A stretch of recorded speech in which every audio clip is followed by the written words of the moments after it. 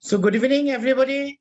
Myself, Dr. Swaraj Bhattacharya, the EIZOC General Secretary, welcome you to this Zoom program. It's our effort to help the PGs to have their outcome in a very novel way. Our Chairman Scientific Committee, Dr. Shobhashachi Patnaik, and BNR Subudhi sir, and our mentors and all other groups of people, they are working very hard so that our PGs and our younger generation would have a very bright future ahead. My sincere thanks to Dr. Mitika. She has been kind enough to lead the meeting today with her presentation. With this, over to Chairman Scientific Committee and the Chief Coordinator, Dr. BNR Subudhi sir and Shobhashachi Patnaik sir, please. So and over to the President to give the welcome address. I request President. Okay. Dear esteemed ophthalmologists, good evening to you all. I heartily welcome you all to this EIZOC Ophthalmic Research and Publication Initiative Webinar Series 5.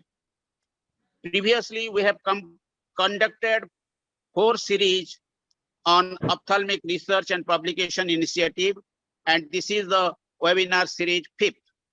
Today, the topic is reference management for citation of an article, and the speaker is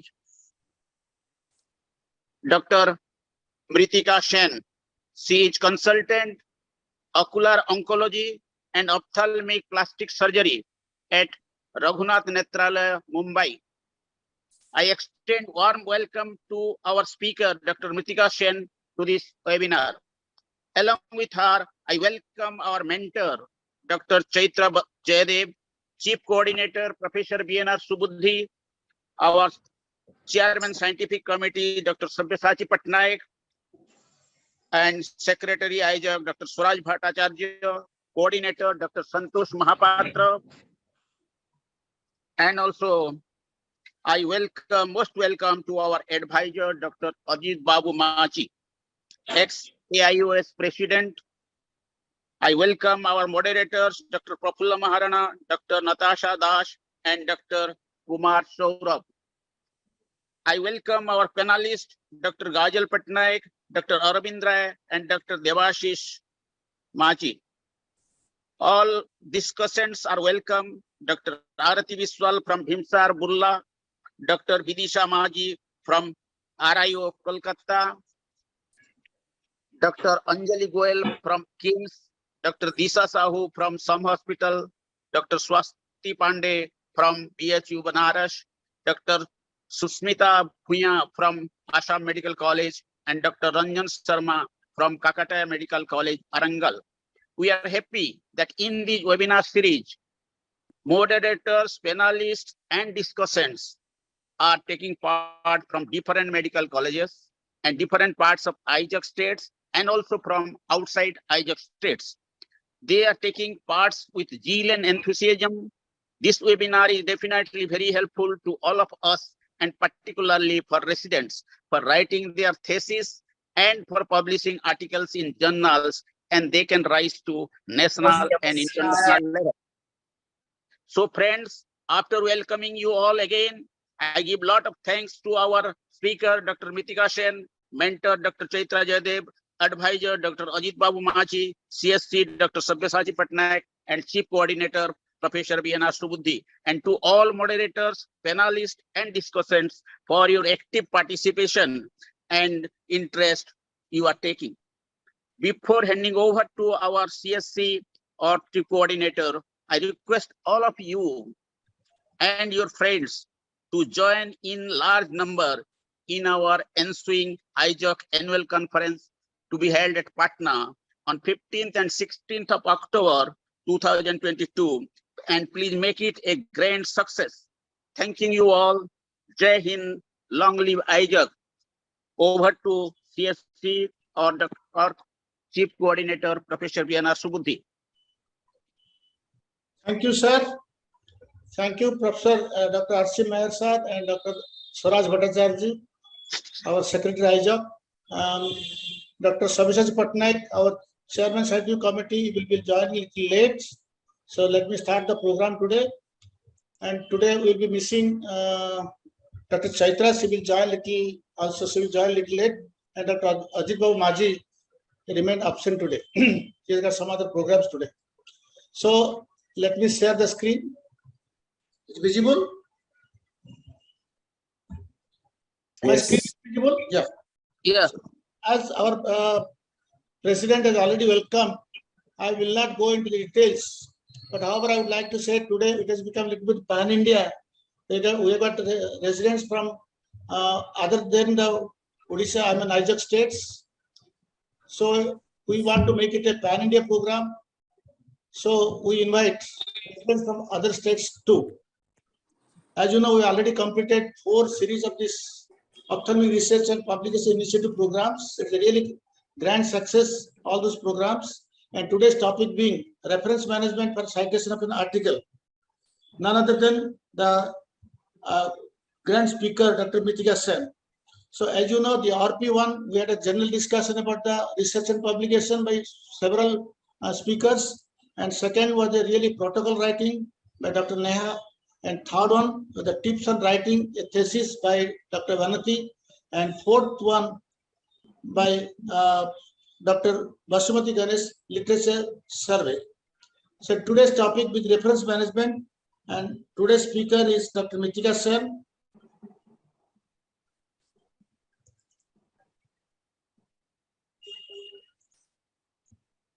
Let me speak a few words about Dr. Mithika Sen because many of us probably do not know. So Dr. Mithika Sen, as our president has already told, she is a consultant, ocular oncology and ophthalmic plastic surgery at Raghunath Natal, Mumbai. She is a young, dynamic ophthalmologist of our country.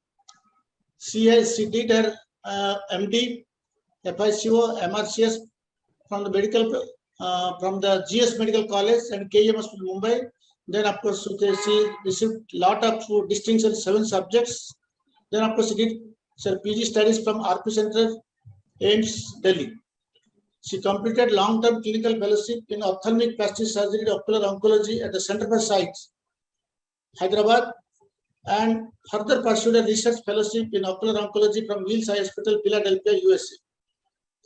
She has 42 peer-reviewed publications and chapters in books. Mentionable among them are the chapter on the orbital implants in the textbook of oculoplastic surgery, a practical guide to common disorders, a review article on coarse disease, which was awarded the EIZOC Silver Award in 2019, Mucor in a Viral Land, a tale of 2 pathogens, the first case series on COVID-19 associated ROCM, a collaborative OPI IGO study on mucormycosis in COVID-19, conducted in 2,826 patients in India, which received the EIZOC Platinum Award in 2021. At present, she is the assistant section editor of the ocular oncology and ocular plastic surgery in IJO, reviewer of multiple international journals, including the AJO and EJO. She is also the author of the monthly column Tales of Yore in IJO, which was successfully completed 2 years. She received several awards, and she received the International Council of Ophthalmic 3-month Fellowship Award 2021, McDonald Award Research by Fellow, Wills Eye Hospital 2022, and Dr. Jerry Seals Travel Award, ISO Award 2022, to name a few. So these few words, I welcome Dr. Mithika Sen, today's webinar, that is our ORPI webinar, series number 5. Besides this, as usual, our moderators are Dr. Popula Mahana, already known figure amongst us, and Dr. Natasha Das is also she's amongst us since a long time. And today's news moderator, we have Dr. Kumar Saurabh, and he is the actually product of Shankar Netrala, is the Retina surgeon of Shankar Netrala, and working now at present retina practitioner at Kolkata in BBI Foundation and the Netralayam. He's got more than 100 review article publications and written several book chapters also. And of course, our panelists today, Dr. Gajal Patnaik from Shankar Netrala, Kolkata, Dr. Arvind Roy from LBPI Vijayawada, and Dr. Devasmita Maji from LBPI Bhubaneswar. And all these residents today will be interacting with our speaker today. So I request the residents to open up, ask questions, give comments during the talk. It's not a one-sided talk, it's a bilateral talk only. So always be vibrant and start asking questions to our speaker. So with these few words, I thank you all and welcome you once again all to this program, and also I welcome the viewers to this ORPI program today. Now it is over to Dr. Kumar Saurabh. Dr. Kumar Saurabh to moderate the session along with Dr. Natasha and Dr. Papulla. So welcome everybody. So can we have the talk now, or Talk with Dr. Nitika, then we'll have a discussion. Okay, should I start? Yes. yes, please Okay. go ahead. Thank you so much, Dr. Subudhi and EIZOC for inviting me for this. This is different from what I've done before, so I hope it goes well. And I would really request all the discussants to and all the participants to just participate, ask questions, stop me whenever you want. So I was asked to talk on management of references. Since this is mainly for the residents, postgraduates, I'm going to go, I'll start with the basic thing about the 6 questions about why, when, what, how, and where. All right. So why do we really need references? So Oxford Dictionary mentions it as it describes it as a noun, wherein it is either mentioning someone or something. So it can be used in various contexts, either looking for information, asking for advice, number, word, or symbol, or even a new job. But then there's another one in the context of a book. So here they've used it as an example. There's a list of references at the end of each chapter. So any of the participants, if you would like to help me out here, why do you think that we need references?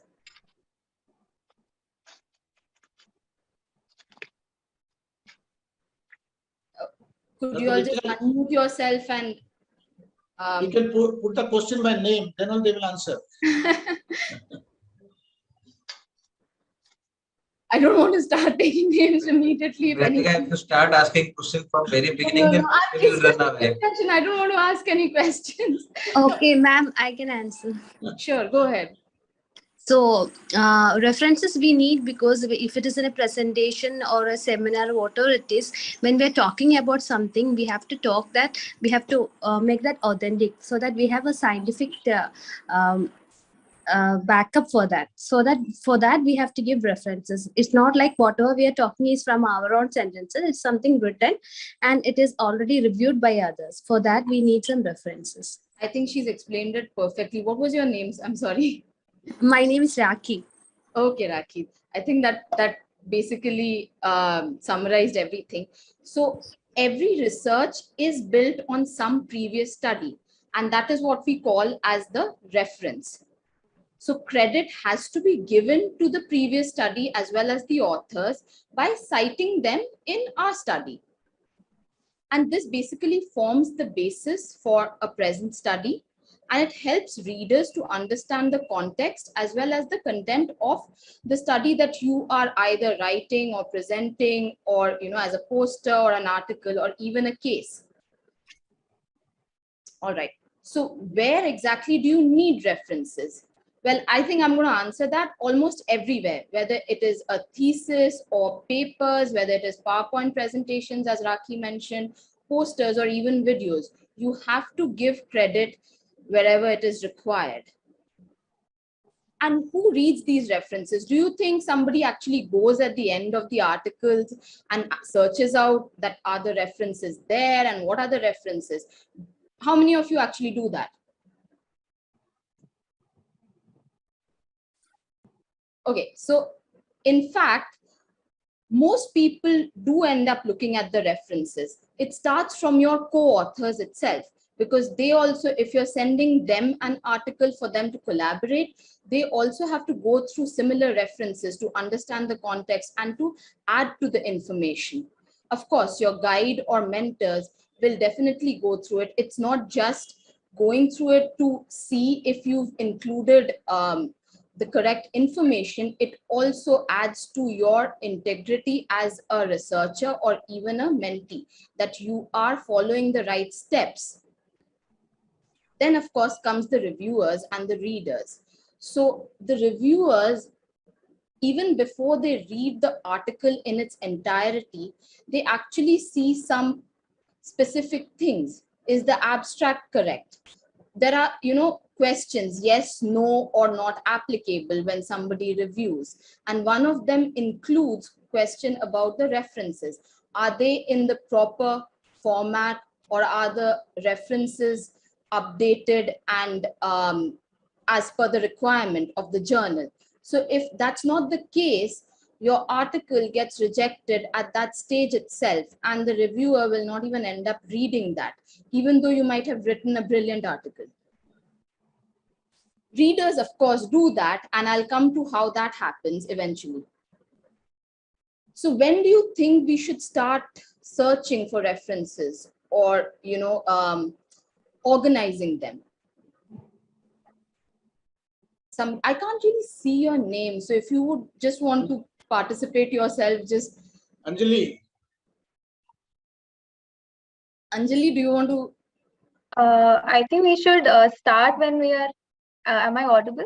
Yeah, you are. Go ahead. Yeah. I think, ma'am, we should start when we are studying about, like, when from the introduction itself, when we are starting to write an article, we should start collecting as to what previous data has been written or in a medical like field based on that topic by other authors, and start collecting references from introduction itself.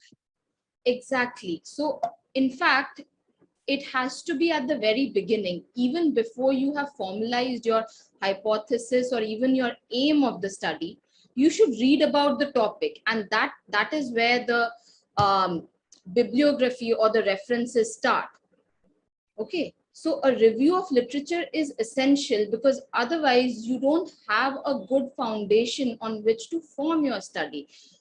It's not just about a review article or a case report. It can be about anything, even a letter to an editor.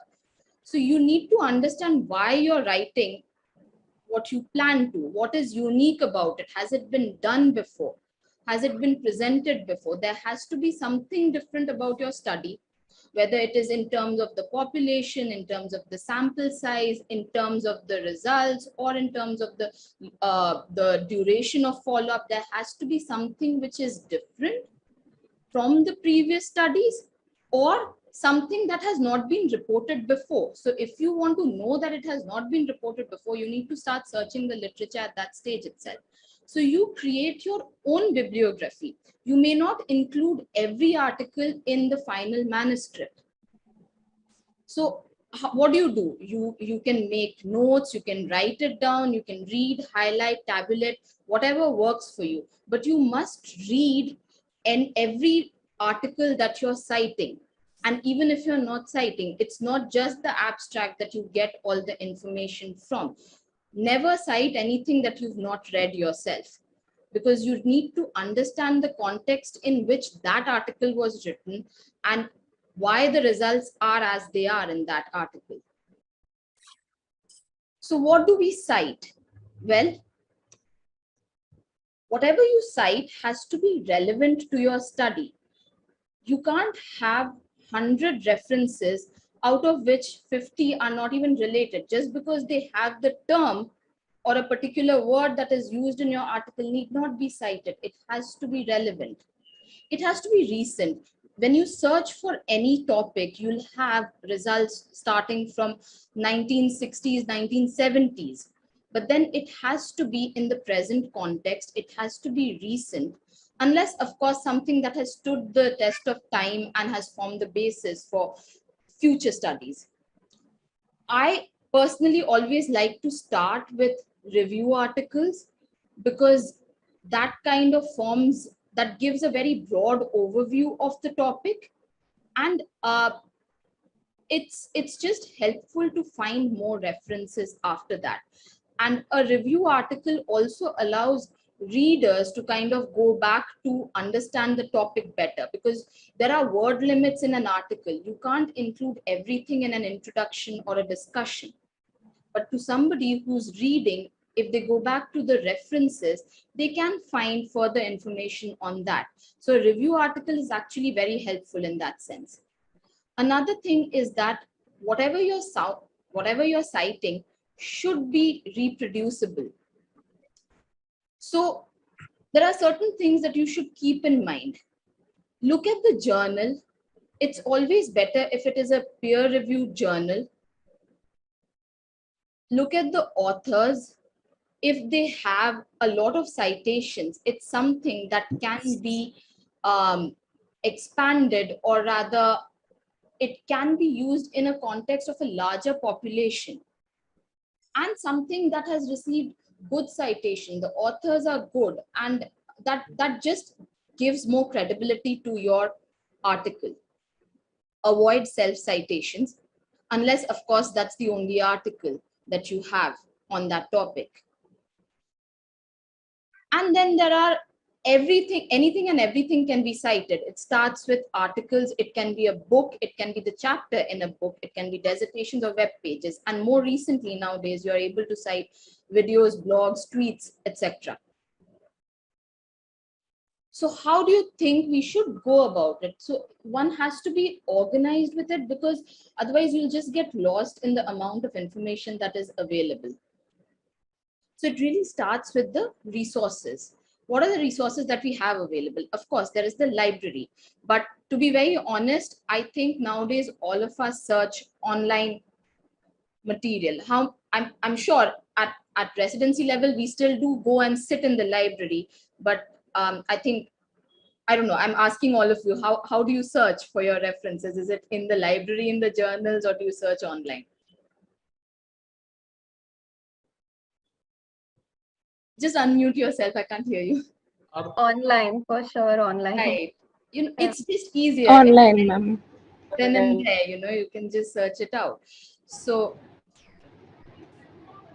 what are the different resources that we have available with us? There's PubMed, there's Google Scholar, and Sci-Hub. I hope all of you know about that, because that's going to be your ultimate friend in this. A lot of institutes have access to good journals. So find that out. That is when you can go to the library and find out if your institute has access to a number of journals which are not open access otherwise. Also, if you're a member, if you're a member of AIOS, you would already know that you can access journals through AIOS, as well as the one network that is that AIOS has collaborated with. So that, or if you're just a member of AAO, you can directly access the one network. That gives you access to a large number of international journals. So you can just sign in with your IDs and log into that. All right, so before I go ahead, I'll start with PubMed. How many of you use PubMed? I'm sure all of you do, and you're familiar with it, right? So, but I'll just give you an overview about how PubMed works. So, are you able to see my screen here? Yes, ma'am. Yes, ma'am. So this honestly has the largest database that you can search for, but it's very easy to get lost here because the amount of information is mind-boggling. So I'm just going to give you basic examples of how to go about with it. So let's start with something very, very common. If we are just searching for something like cataract, all right? So here you can see, all right, I've already applied a filter. Let me just reset all the filters. Right. So there are 83,000 results in 8,360 pages. So, you know, some people might just stop at this stage that there's just too much to read. But there are a lot of tools that help you narrow down your search. So let's just see what PubMed, a basic search, shows us.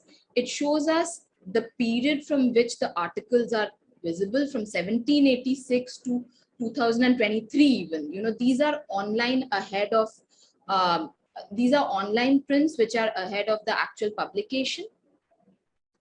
So you can narrow it down to, say, the publications in the last 1 year, last 5 years, or even put in a custom range. Then comes the text that is available. So here you have, this shows only the text that the abstracts for which are available. Sometimes there are some texts which don't have the abstract. That comes down to about 60,000 results. But honestly, what we are looking for is the full text. So you can either search for full text if you have institutional access, or you're a member of a particular group, or you are a subscriber to a journal, or directly search for free full text. That really narrows it down to just 20,000 in 2,000 pages. That's a big jump from starting from 80,000, right? But we have other tools available, so you can really keep it more broad, keep full text available.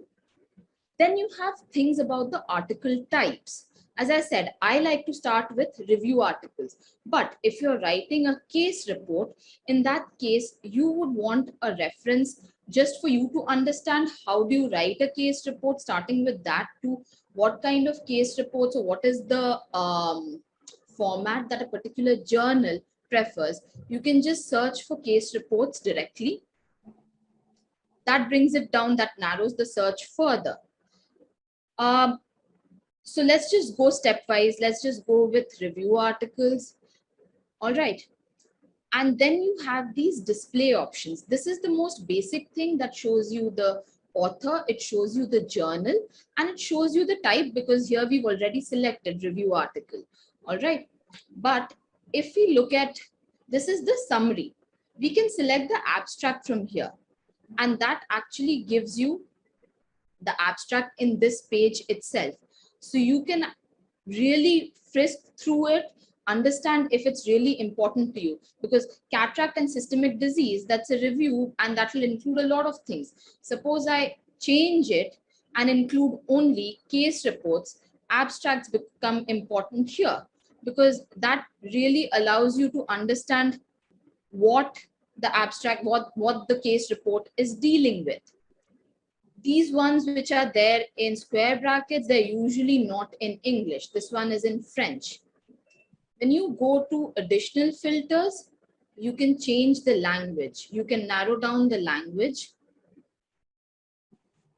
You can narrow down the journal. Journal, this is Medline, includes almost all the journals which are available. You can just search in terms of age. Suppose I just want pediatric cataract. I can just search for child. All right. And that is going to narrow down my search further. So that just gives me about 2,000 results of, but that gives me even in starfish. I don't want that. So if this does not have abstract, so if I narrow down the search with an abstract, that will eliminate that immediately. So this shows you something. This is just like literature. It's just a basic overview where you can search for it. If you want something related to homocystinuria, you want something related to tuberous sclerosis, and then you can search out the number of cases that were there, 4 or 5 cases. This was of 244 patients. So that kind of gives you a broad overview and also narrows down your search. I'm just clearing all the filters here just to show you what all you can do with PubMed. We just end up searching very broadly, and that throws up a large number of results. But if you look at the summary, PubMed has an automatic search option, and that throws up the best match based on the number of words and the type of words that you've used. But here you can search for most recent and change the order. This is from oldest to the newest. You can change the order from the most recent one.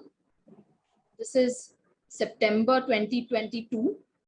And again, this shows you the journal as well as the authors. Here, if I show the abstract, there's something interesting here that is helpful. This shows that this has been cited. This has 26 references, but has not been cited as such. But sometimes it shows the number of citations as well that the article has. So that is helpful because you want to search for articles that show you better citations. So for instance, okay, it's not showing for some reason. Anyway, it does show you the citations as well. When you look at the journal itself is important because that has anything that has a good impact factor will add to your article getting more citations, as well as the authenticity, as well as the a good foundation for your article. So if we just select this is online ahead of print, so it's most likely that we're not going to get the full text link. But let's narrow down this search to the best match one. And this has age-related cataract, and it has been cited by 152 articles. All right. You can select that, and it's Lancet. It shows you the full text link. It shows you how you can cite it, and you can directly copy. You don't have to select it here. You can directly copy it. You can select the formats from here, and I'll come to the different types of formats eventually. Many of the journals don't have the full text link, and they'll just give you the summary. Here, if you have an institutional access, that's helpful. But here you have a DOI. That's like a unique ID. When a patient comes into your clinic, you give a unique ID to a patient. It's similar to that online. All right, so this is something unique to this article. One thing that you can do to actually narrow down your search is use specific terms. So suppose you're just looking for pediatric cataract, add that instead of searching just cataract. And that again narrows down your search. Go for review articles. That further narrows down your search. Then there's something interesting. I don't know if you know about the and, or, and not features that you can use in PubMed. That is quite helpful. Suppose you want to search for pediatric cataract. That includes congenital cataract, developmental cataract, infantile cataract, etc., etc., etc.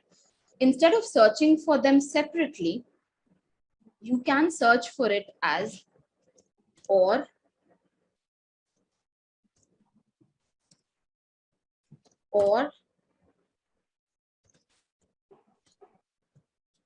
and that will throw up more results, but at the same time, you don't have to keep searching for separate words. Suppose you don't want infantile, or you don't want developmental, or includes all these terms. You can change that to and is helpful in narrowing it down. So if you search it as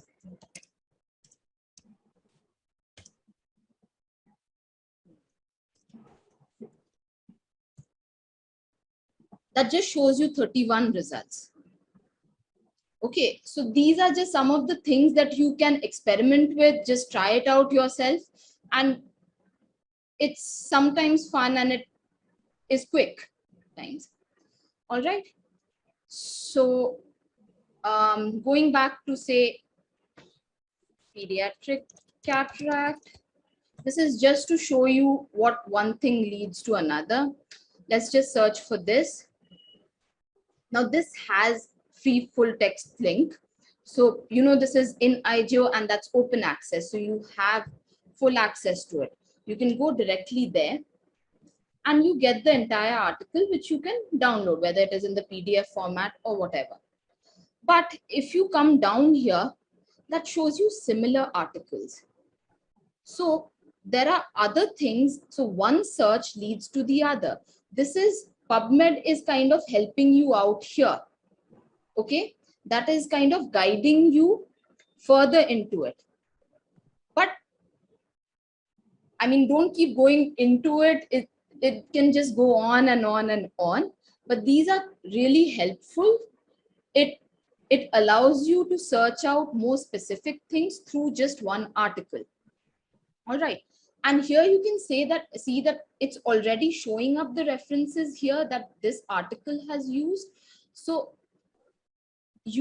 sometimes you can get important things directly from here, but I would honestly suggest that you read that article and find out what is actually important and then search for it, because searching for it blindly will give you 95 references and you really cannot end up doing that. All right. So what you can do is, all right, beyond this, I'd like to come back to my presentation where I'll show you another one, and that's another search engine, that's Google Scholar. How many of you use Google Scholar? That's another one which is helpful, probably less comprehensive than PubMed, but important nonetheless. So here again, you can narrow down your search based on the year. You can sort by date, the specific date, include the citations because it shows you how many have been cited by 57, cited by 86. And here you can directly select the type of citation that you want, right? So that's it. And then you can go to related articles. That shows you even further other articles which are related to similar topics. So these are some of the ways by which you can search for good articles. And that's why I always prefer starting with a review one and then going step by step. All right. All right. Then let's go on to the next thing here.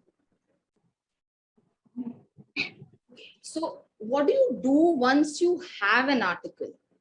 You've searched it out on PubMed. So here you can go for the full text link. Now, as I said, sometimes these links don't give you access to the entire article. So what you can do is you can either download the citation from here, but what is more important here is the DOI. So you can copy that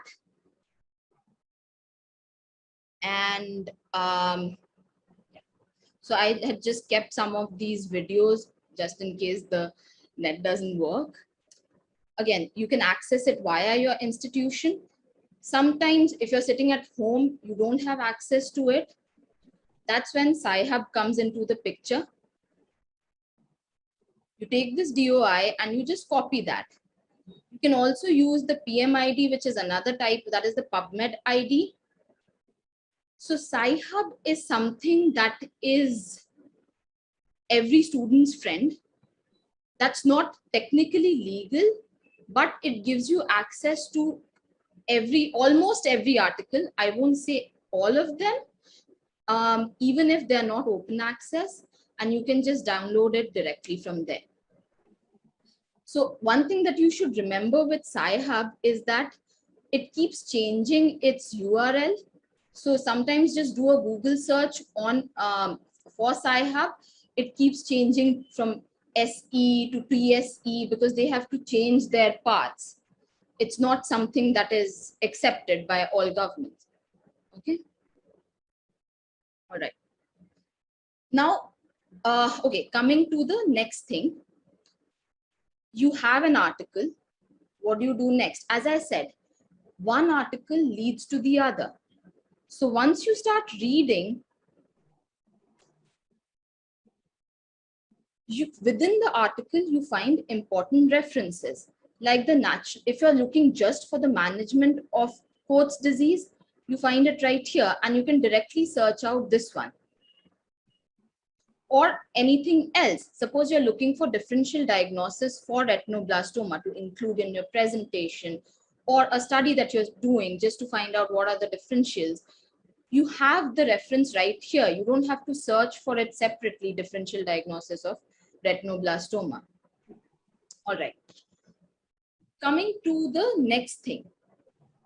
When we are trying to cite an article or give a reference, every journal has its own guidelines. Ideally, they should all be uniform, but unfortunately, they're not. There are subtle differences that every journal has, whether it is in terms of the content that they want, the format, and where and how they should be included. Normally, references are included at the end of your manuscript, and it is part of the manuscript document that you submit to a journal. Very rarely, some journal might ask you to submit your references separately. Format includes things like, do they want it in Arabic numerals, Roman numerals, the style that they want it, do they want it in parentheses or brackets, or they don't want it in brackets, and things like that. But just for a general overview, a citation should include the author's names and initials, the title of the article, the name of the journal, the volume, issue, date, the page numbers, and some journals prefer to also have the DOIs, which was the unique ID of that article online. So for instance, this is the guideline for references in JAMA. Now they follow the AMA style. I'll come to that, I'll explain that. But you see something unique here is that they want, if an article has 6 authors, then you include all 6 in your citation. But if it is more, then you just list out the first 3 and you add an et al to it. So that's something, so you need to read these guidelines well, select your journal where you're planning to send the article, and always read the guidelines for the references before you start making, because there are softwares that help you to format these, but if you are not using them, changing them at a later date becomes, it's not very difficult, but it's just time consuming. This is IJO's guidelines for references, and they include guidelines, whether it is for articles in journals, books and monographs. There are these specific things, and honestly, reviewers do end up seeing this. So these are important. It just takes you 10 minutes to go through the guidelines of each journal, but it will definitely help you in the long run. All right, now, as I said, what are the parts of a citation? Each of them has certain elements. I mentioned them. These actually vary from journal to journal. So you can have the author's surname, initials, some want it, some want the full name, some want the date published, the title of the source, that's actually the article name. Sometimes if it is a book, they want the location of the publisher as well as the publisher. And if it's an online source, then the URL. So what are the different styles? I showed you that you can select the different styles. So what are these? AMA is the American Medical Association, and that is the one that is usually most commonly followed for medical articles or articles which are printed in medical journals. Then there are also the American Psychological Association, the medical language, and the Harvard styles. These are more commonly used for humanities and social sciences. So I don't think that's really, it's just for you to know that these exist. But AMA is the most common style which is followed for medical journals. Now, you might have seen things like Vancouver. So AMA is actually a modification of the Vancouver style. So when you go on to Google Scholar and you see the Vancouver style, that's actually, you can select that. So Google Scholar gives you the option where you can select the type, the style that you want. And PubMed also gives you a similar option. So even if you're not using tools for citation, it's not really difficult to just copy these and put it in your manuscript. You just have to go stepwise. Select your journal, read the journal guidelines, and make sure that you select the correct one. As I said, on broadly, if you look at it, it really doesn't make a difference to you. You would feel that, of course, it includes the name of the article, the authors, the year, etc. But there are these very, very subtle things. For instance, AMA, there are only 3 authors, the first 3 authors, and then they have included an et al. While APA includes all the authors without any et al. And MLA includes only the first author. So these are the things where it may not seem very, very important at this stage, but these are just subtle things, and that will actually help you when you're writing an article or even when you are reviewing, because you should be aware that there are different things which exist. So unless you know them, you really won't be catching these quickly. All right. So since AMA is the style that we normally follow, what are the things which are included in this? AMA is basically a number format of citation. So within the text, you use a number and then you have a bibliography or a reference in the end. Many of you would feel that that is actually how everything is done. But in the other styles, sometimes instead of numbers, you cite them as the author's name or the title of the journal instead of a number. So, but I'm just going to go through the AMA style. Here, each reference is separated into bibliographic groups by a period. So when you, at the end of your manuscript, you have your reference list, and each of them you need to separate it by a period. Then comes the authors. All right. The author's surname is followed by their initials. And as I showed you before, less than 6 authors, you include all of them. More than 6, you follow the first 3 by an et al. The titles include the title of the article, and that is included as it is, whether it is abbreviation, spelling, or the style, even if they have used numbers, except if they are for a particular year. In AMA, they use abbreviations for journal. For instance, they're not going to write New England Journal of Medicine. There are standard abbreviations for journal, and that is the National Library of Medicine.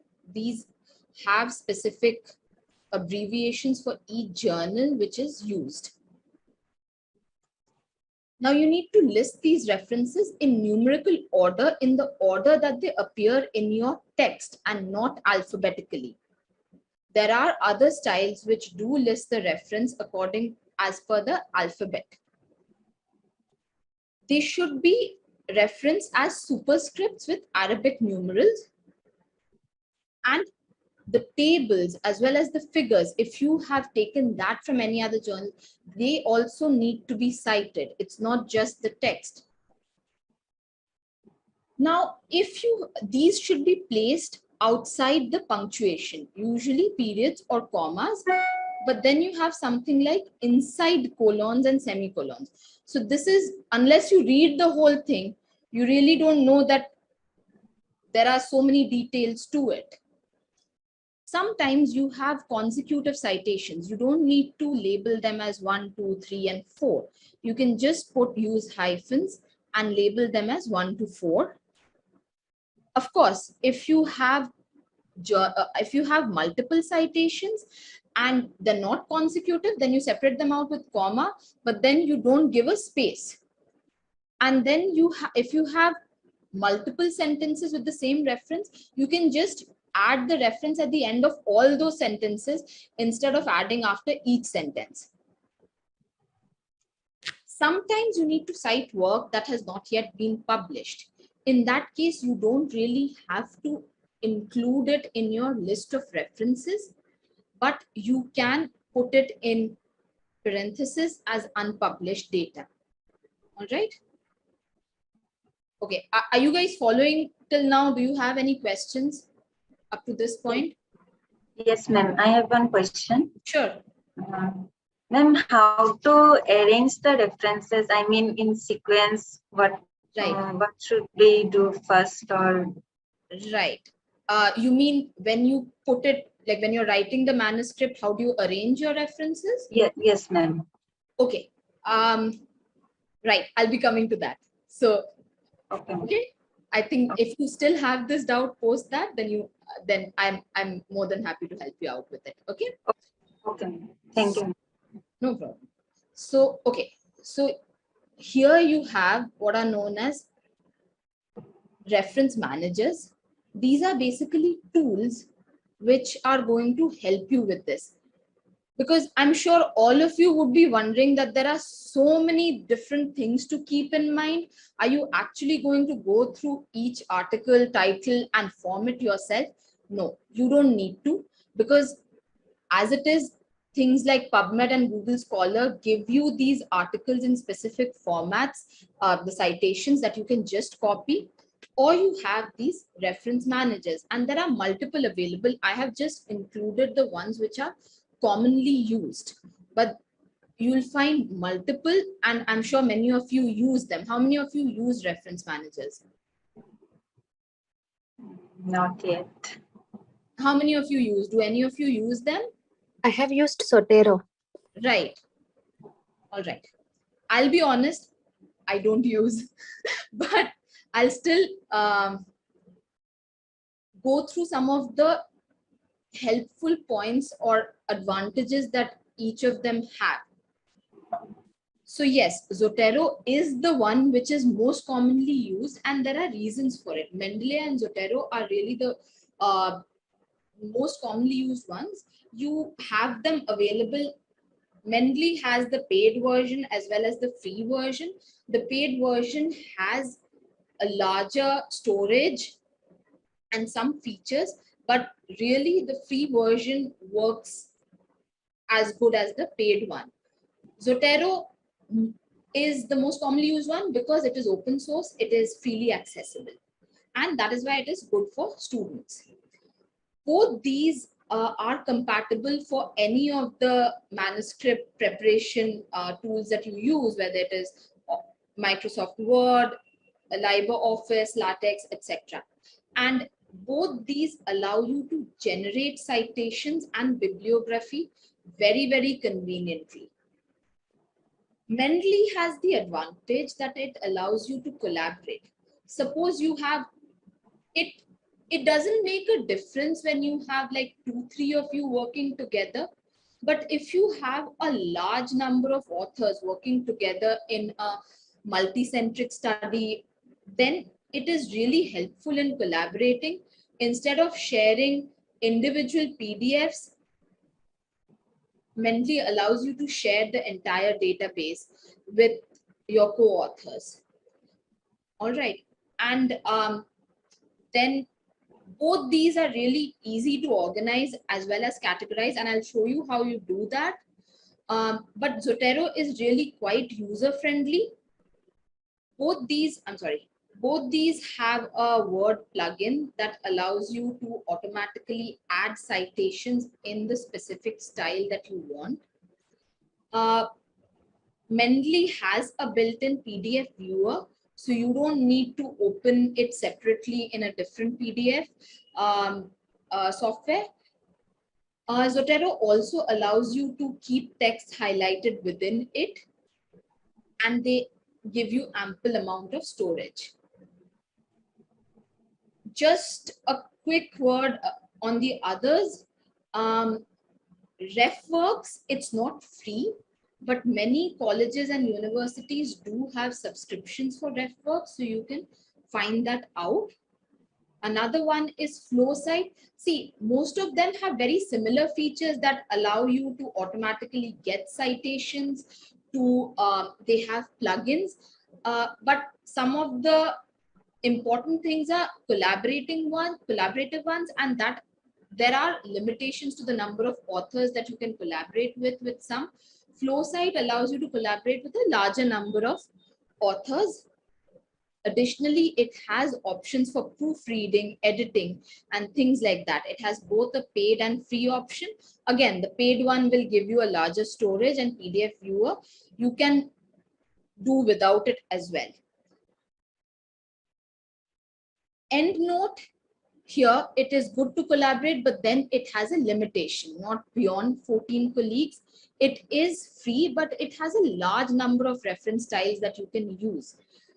To be very honest, you won't require so many styles, but I'm just mentioning this. You might be more comfortable in using it. You have to kind of explore this and see what works on your laptop or computer, what's compatible with the documents that you use. And this also allows you to add citations to PowerPoint. And also it allows you to search PubMed without leaving the platform. Again, it is not offline, whereas Zotero you can use even if you're offline. Then there is something called as Citation C. That's again easy to use. It has a Chrome extension and multiple styles, but it's not very commonly used. So if you have to go through all of these, I would recommend either Mendeley or Zotero.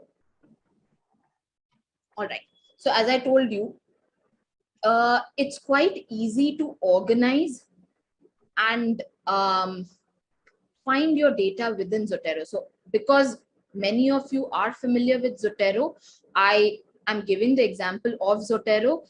And even if you are not, it's very, very easy to use. All right. Once you have downloaded the software, you can create your own library where you can make a new folder for any topic that you're working on at present. This was a case report on gas gangrene.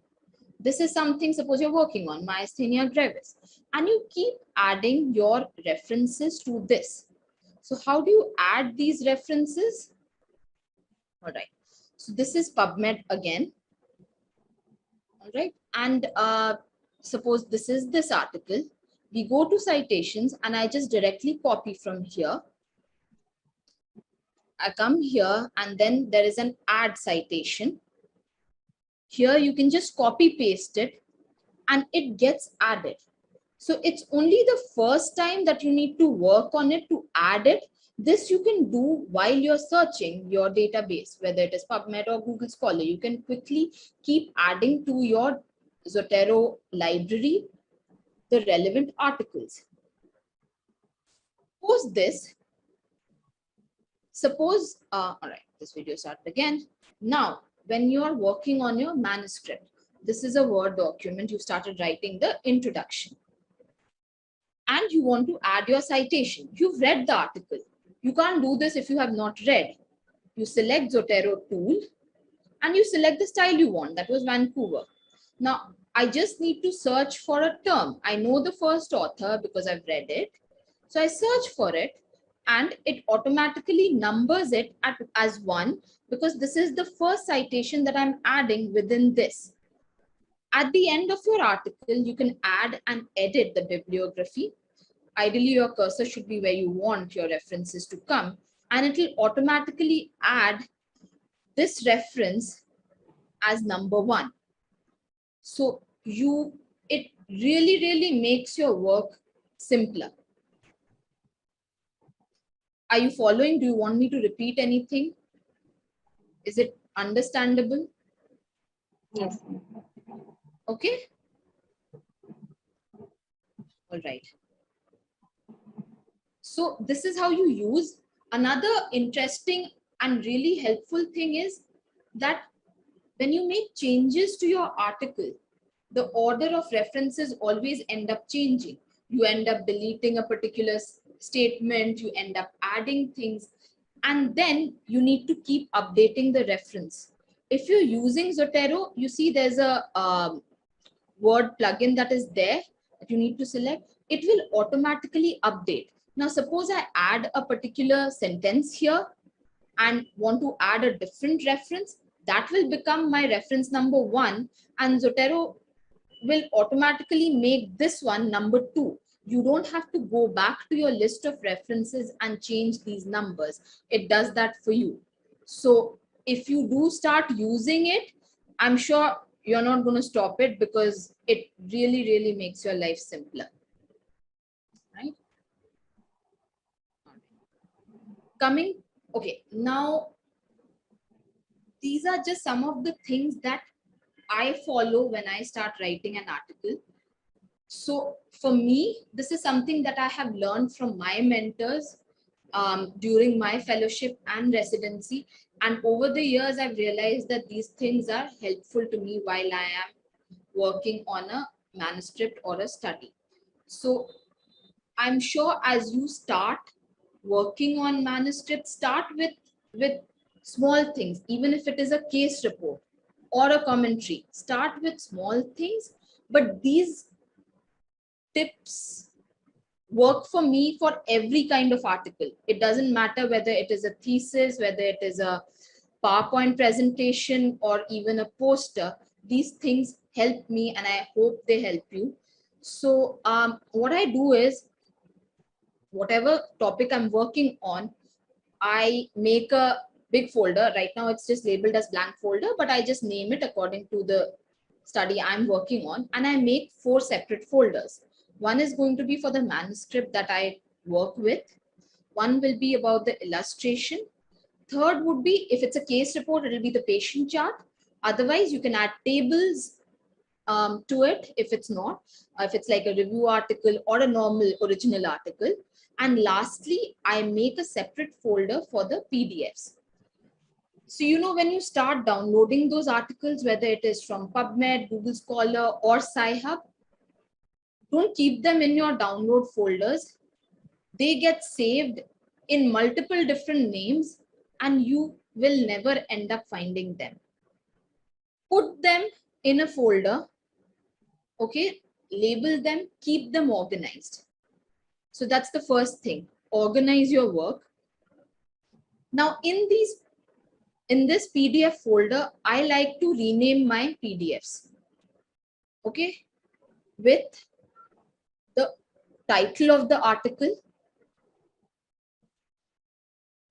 Then I add the journal with the short form, the abbreviation that is commonly followed. If you want, write the whole thing. I add the year, and then I add the first author. So I don't have multiple different ways by which an article is saved. I don't have duplicates of the same article. And it becomes very, very easy for me to search them in future. All right. Even if it is like you want to add this to your Zotero library, it's easy to search them out from your computer, because otherwise it gets very, very messy. You'll be downloading hundreds of things in a day. And to find them out, because each time you open it, it gets updated in your recent thing. I'm sure many of you would have faced this. So then you have to go back and open and see that which one is the article that you were searching for. So yeah, it takes time. It is time consuming, but later it saves you a lot of time if you just put in a bit of effort initially. The next thing that I do is I like to create an Excel with my review of literature. Again, to start off with, it is time consuming, but it helps me later. Now, for instance, I was doing a review of literature for the orbital manifestations of COVID-19. So I make specific columns for it. I put in the study title, the author name, the file name, location, study period, the type of study, whether it's a case report, a case series. I put in the type of, whether the sample size that they have used, age, the sex, the site. Here it was orbit. Now, since I had classified it into orbit, it really did not matter. But here itself, you can have subcategories. It could be the lid, it could be the lacrimal gland, it could be the orbit in general, it could be the, something like that. Okay.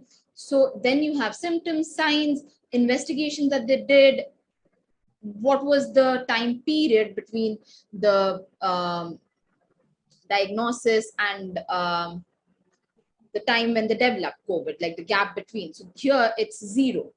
And then you can add your own remarks, that something like, this was important in this study. So this is for your own reference. You don't have to keep going back to the PDFs. Even when you're writing, when you start writing your manuscript, if you want to figure out where did you read this, which was the article where you read something on this, so you can directly open up your Excel where you've done your review of literature and find the important things. Okay, and you keep adding the articles one after the other. When you have numbers here, at the end of the time, if you're, suppose you need a mean or a median, you can directly do it in Excel, and it just allows you to have a lot of data in one place. You don't have to keep multiple and hundreds of windows open at the same time. You can just have an Excel and a Word, put them in split window format, and just keep doing your work, because you have something to refer to right then and there. Okay. And all right, so that's something that I prefer to do. Let's see that. This is another one. It's something similar, which is for the posterior segment, which I had done. Also, sometimes just to make your work a little more informative, even if you don't end up including it in the final one, these tables are helpful.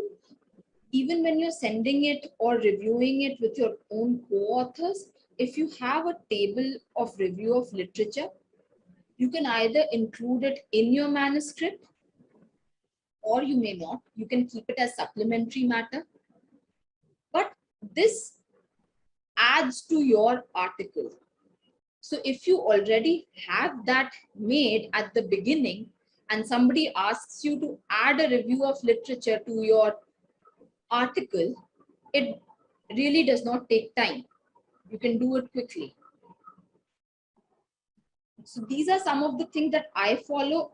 Honestly, I don't use a reference manager because I like to label them this way, and then I prefer to copy it directly from PubMed, the citation itself, or from Google Scholar, and put it as a separate document of references with my manuscript, and I keep putting the numbers within the document. So suppose I start writing, I know that I've taken it from one article, I put a number 1 and I put the citation as number 1 under the reference list. Yes, it is taxing because when I have to update that, I have to make sure, go back and forth, make sure that the reference list is updated in the order in which it is cited. It's really how you're comfortable with. I would recommend using a reference managing software. But if you've always been, if you're comfortable with just manually doing it, it's really not that difficult. Okay. So these were just some of the things that I wanted to share with you. And I just want to thank EIZOC and Dr. Subudhi sir for giving me this opportunity. And I hope this was helpful in some ways. If you have any questions, please go ahead. Yes. I think our moderators have to. Thank you, Dr. Ritika. That was a very nice and comprehensive outlook. And as you rightly said, there are so many softwares, but I have used the software only once in one of the articles because the number of citations were more than 30, 40. So it was becoming taxing, and otherwise I always use the manual method which you suggest, which you just discussed. But going with the time, we need to know, because that's how the technology evolves, and that's how things evolve. So it's not like that these softwares are always paid, and it's not like that you need a separate skill or need to learn anything. It's just a software, and as you go, you learn and you start using it. And what additional advantage which we can get from this is that you can work on more than one manuscript simultaneously. Because if you are working on one manuscript, in the back of your head, it's already there that you have read that manuscript and it is there in the that folder, and that particular citation is that number. But if you are multitasking, writing many papers at a time, then these softwares are will be very handy. So it was a great presentation, and thank you for that. Thank you so much, sir. Thank you, Mritika. It was a wonderful presentation.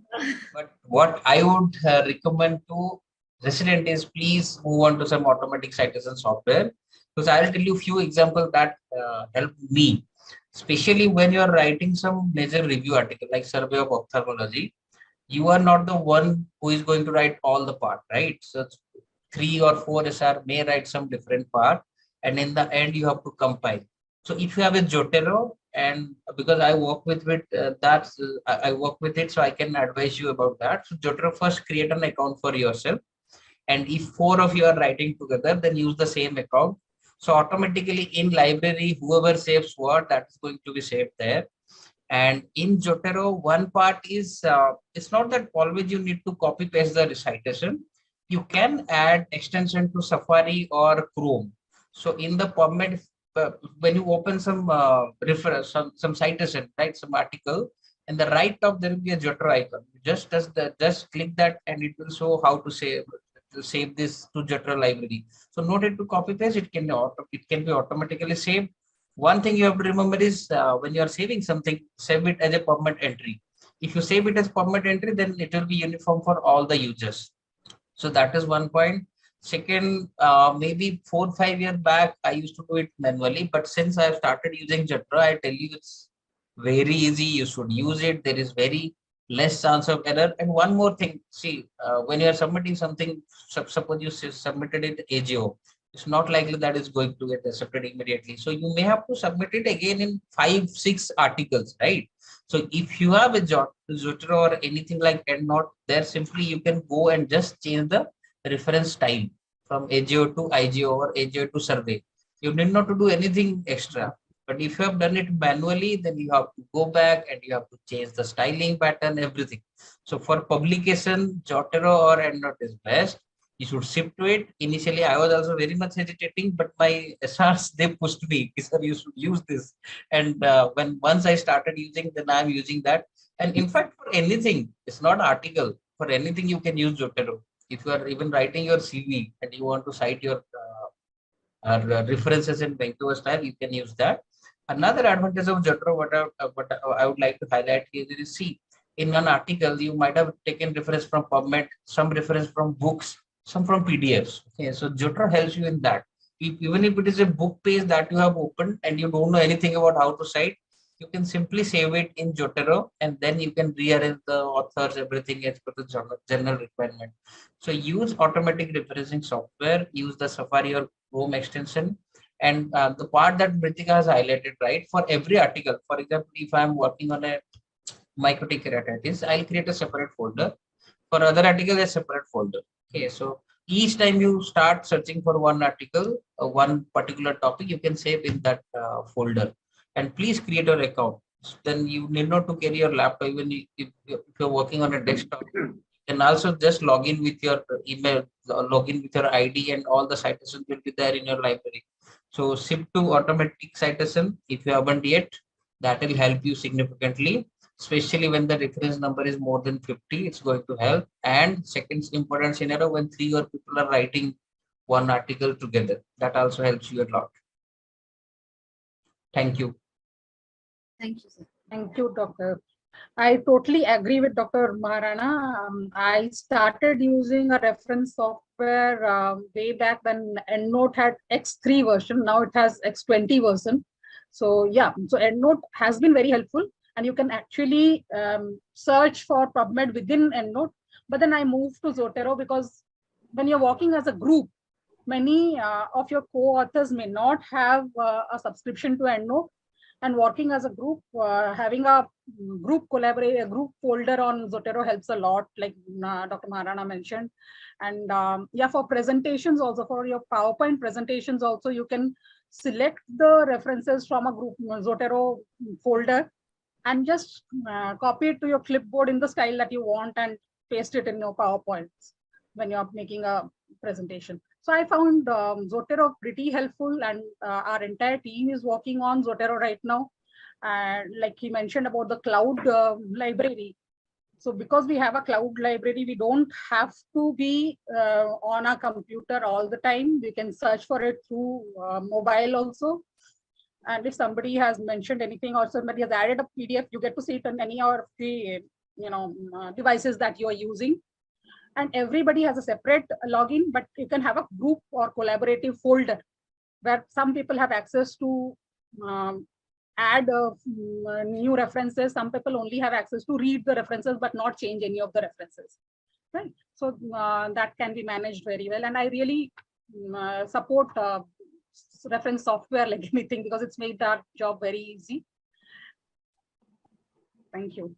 But anyway, it's a brilliant presentation. I really like the fact that you talked about literature search and reference management together. So it helped, I'm sure it helped our participants to, refresh their memory about the last presentation on PubMed that we have from Basmati.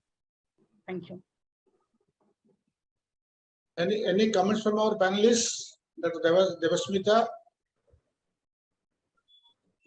Hi. Hi, Ritika. This is Ghazal here. Sorry, my videos are not working. Issues with the camera.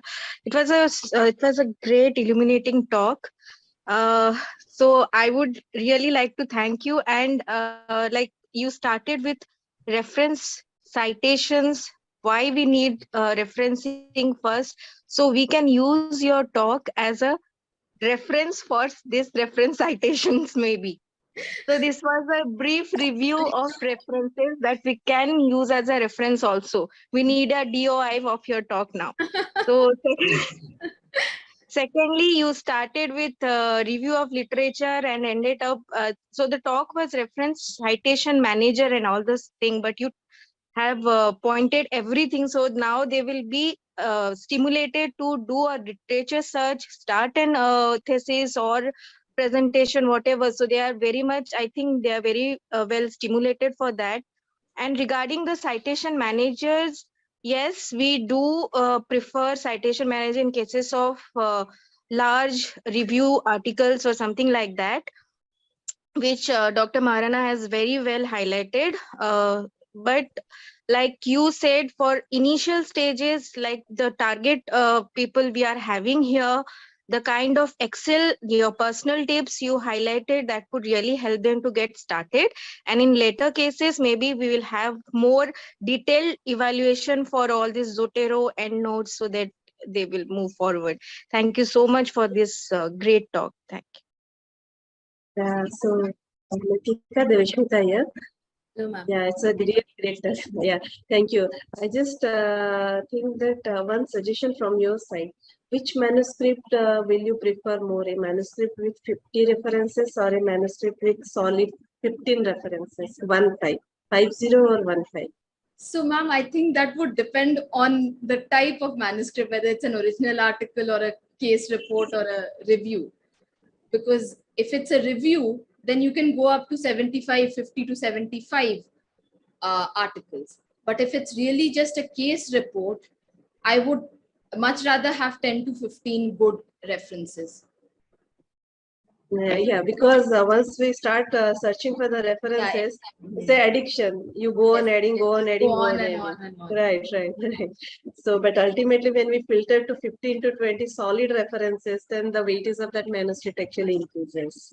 So, and thank you very much. It's a really nice talk. I would just I just want to add to that. Yes. Sorry. Yeah. That most journals in their instruction to authors mention how many references are allowed for case reports, how many are allowed for original research articles, and how many for review articles. So usually there is no restriction on the number of references you can have in a review article. But there are some journals which have a restriction of just 3 articles to be cited in a case report. So one has to be very careful where you're submitting and how many can you, actually cite. Because if you've already cited 10 references in a case report and then you are submitting it to a journal which accepts only 3, so there can be a challenge. Because right.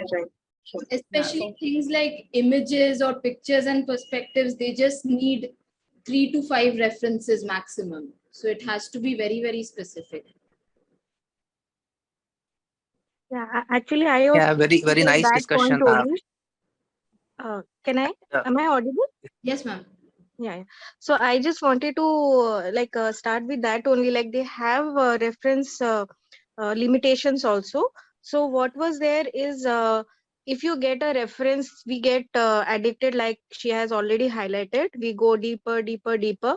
But it is more useful for case reports to have a like she highlighted also a good journal citation, recent journal like 1700s 1900s is not preferred for that.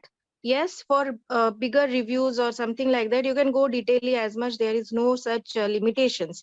But when you are focusing on case reports, case series, or even original articles, just focus on recent one, good journal one, high impact one, and that will help narrow down the references, pinpoint, and make the manuscript more crisp. And relevant. She highlighted that was the first point. It has to be relevant. So good discussion. This is Arvind here. Just wanted to share some of my experiences when working with teams who write different portions of each manuscript. And irrespective of whether we go with a manual or a automated system, perhaps at the initial draft stage, it is useful to write the author and the year as brackets, because that helps you, like locate or relocate that article. And then when the final drafts are being made, that helps us edit it out. Putting it in the AMS style by default in a citation manager just makes it much more simpler in the later half. And the other use that very frequently, at least I found it useful, and maybe some of us going forward may find that useful, is that many of the citation software, they allow the PDFs to be attached. Now, the advantage of doing that when we attach the PDF is that the search engines are very refined. So even if somebody is not organized into naming the articles or putting them in the folders, the central search engine allows you to not only access the article, but also provides you the entire PDF. If you have, at the time of searching them, you have made the effort to attach it with the citation. So going forth, not only you will get the reference, but also you get an option to read the entire article, or at least those portions which you would like to refer in your manuscript. So that's another advantage, because even if you have jumbled up everything, the search engines are very robust and they will give you all the details that is there. So that's one advantage of the citation software. But the old-fashioned way is to get a hard copy and spread it out over a large table with a pen and paper, and like really slog it out. But then when we write the draft, it's always useful to like write the name and the year. That's the only thing that helps there. No, with Jupyter also you can do that. Zotero also you can annotate the PDF and add notes, your own notes and tags. You can put either numbers, or you can have the name of the author and the year also. Yes, indeed.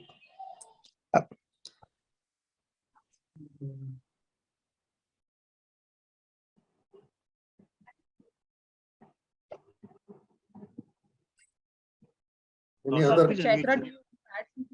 Sorry. From our Any questions from the students? Yeah, I think we should ask questions from the students whether they have learned or not. So any one of them, Ranjali, Susmita? Anyone who is in the process of writing and think that this presentation is going to help her or him. Dr. Disha? Because that is the most practical way of using this presentation, today's presentation. Anyone in the process of writing, then he can describe how this is going to help him or her. Yes. No one. I don't think it helps anyone then. Dr. Rakhi can tell, I think. It is not going to help anyone right now. Yes, yes. Yes.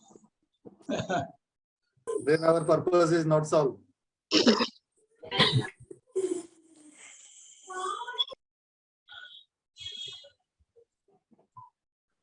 Do any of you have any questions?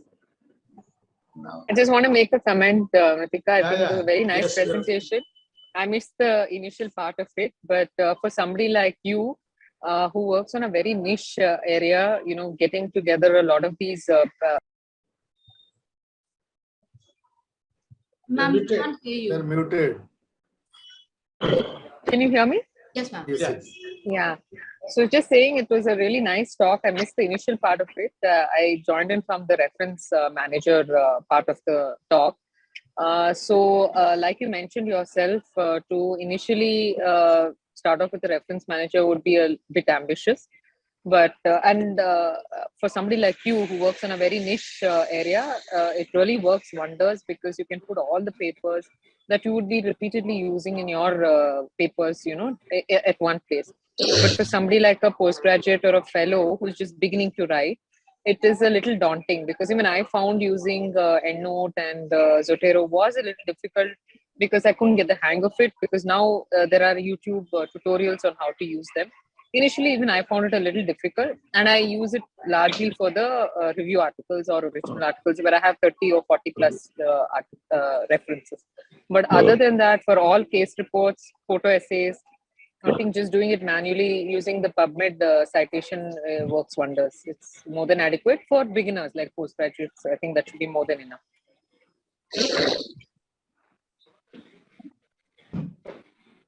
Zotero has Zotero forums also. If you have a question about the technicalities and you face any issues or challenges during working with Zotero, you can post a question, and usually within 24 hours somebody or the other from across the world answers the questions and helps That's you true. to solve that issue.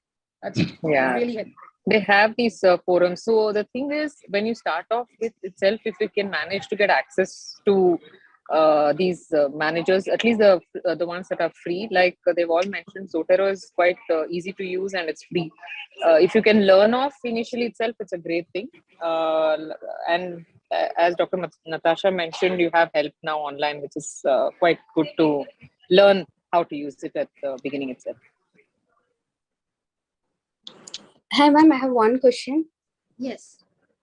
Ma'am, I heard that with Zotero, we can also put the references according to the journal we are aiming for. Yes, Like, you can do that. Yeah, but I haven't find where is the link to that. Like, if we are planning for IGO case reports, there is there is somewhere it is mentioned for IGO format itself. Right. So you can directly, when you put in the I'm afraid I don't have something that I can share right now, but there are different styles that you can share. IGO, in fact, follows the AMA style for most of the time. So if you just select the Vancouver style, that should work. Specifically, if you're looking for if you can't find the journal, I would suggest that search out the guideline, what they suggest. If somebody can help out here, anybody who uses Zotero more frequently. In Zotero, there are additional styles. You can go to the setting and just click add additional style. And in that, you can select any journal. So they have style for all the journals. So you can choose IGO and then automatically everything will be changed. Okay. Yeah. Have to So you need to go to the settings and there you select the style. Many a times you may not have the journal that you are looking for. So in that case, there is a link where you can search the journal from the web and then download the pertinent file from there and then install it. So once you do that, it automatically starts showing in the Dropbox below that. So then that's how you select it. So it's very self-explanatory. You just need to go to settings. So whenever you on your word processor, which is usually Microsoft Word, so there is a tab which shows Zotero, and onto that tab you have to go, and on the extreme right end there is the settings. So in the settings, once you use that, you'll get that immediately from the Dropbox. So you just have to select the styles. If you have it, use it. If you don't, then import a new style. That's how it works. Okay, sir. Thank you. Thank you, sir. It's time for So it's called close the meeting. document preferences. So what Dr. Rai informed just now about the styles. When you go open your Word document, on the left-hand corner, you will find something called document preferences. So for that particular document, you can choose your preferred style, right? Okay. Yeah, and if you don't have that style, go to zotero.org/styles, and you can just download the type of reference style that you want to use. So you can just do that. I think let us close now. So before I close, I will ask our host, Mr. Enter people, to share their video. Mr. Syed, are you there?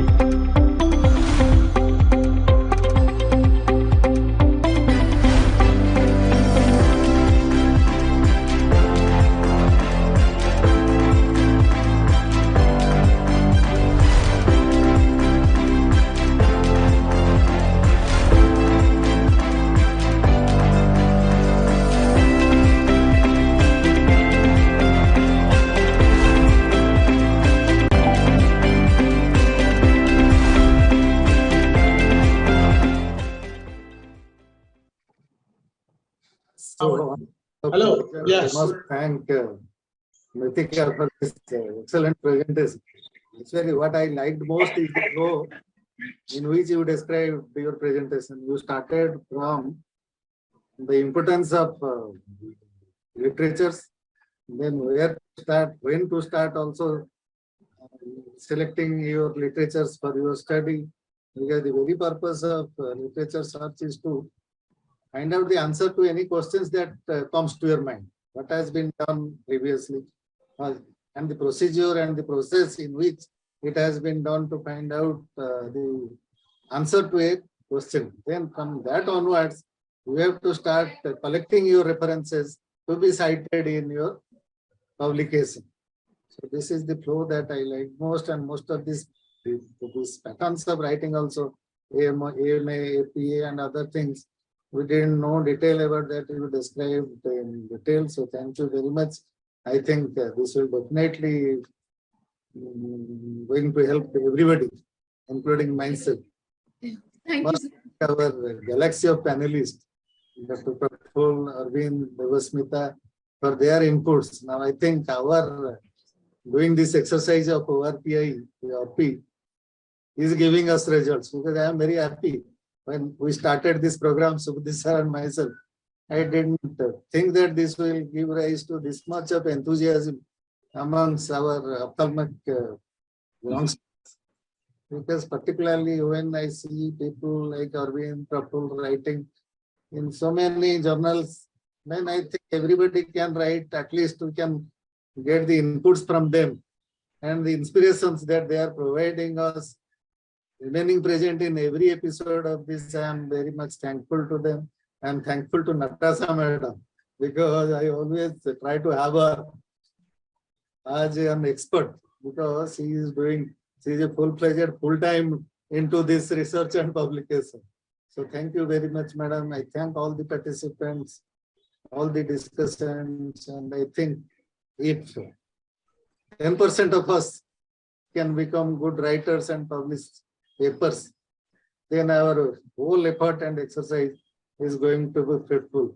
Now, my special thanks to our mentor, Dr. Chaitra, for sparing so much of our valuable time for the last almost 2 years. We started it under Research Society banner during COVID time, when we didn't have much work to do. Then we thought of having this program, and she is there with us till that time. So thank you very much. I must thank Endot for providing this platform uninterruptedly for such a long time, and I also expect they will go in providing this for all time to come. Thank you very much. And thanks to our chief coordinator, Sir Subudisa, who has shown so much of enthusiasm and activity. Most of the time, he reminds us, we have a program, this thing, this speaker, whom to take. And we have almost every day we are discussing and planning for all of you. So I think if this will help our students, our youngsters and future generation ophthalmologists, then we will be very much grateful to all of you. Thank you very much. Thank you so much, sir. Thank you very much. Thank you, Dr. Mithika. It's really wonderful program. And we look forward to meet you once again in future. So thank you sir. I everybody. learned a lot while preparing for this talk. So thank you. No, this was an excellent presentation actually. We must go on viewing your recordings also in future.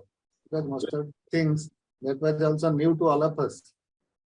You have done a great exercise for preparing this presentation. Thank you very much for that also.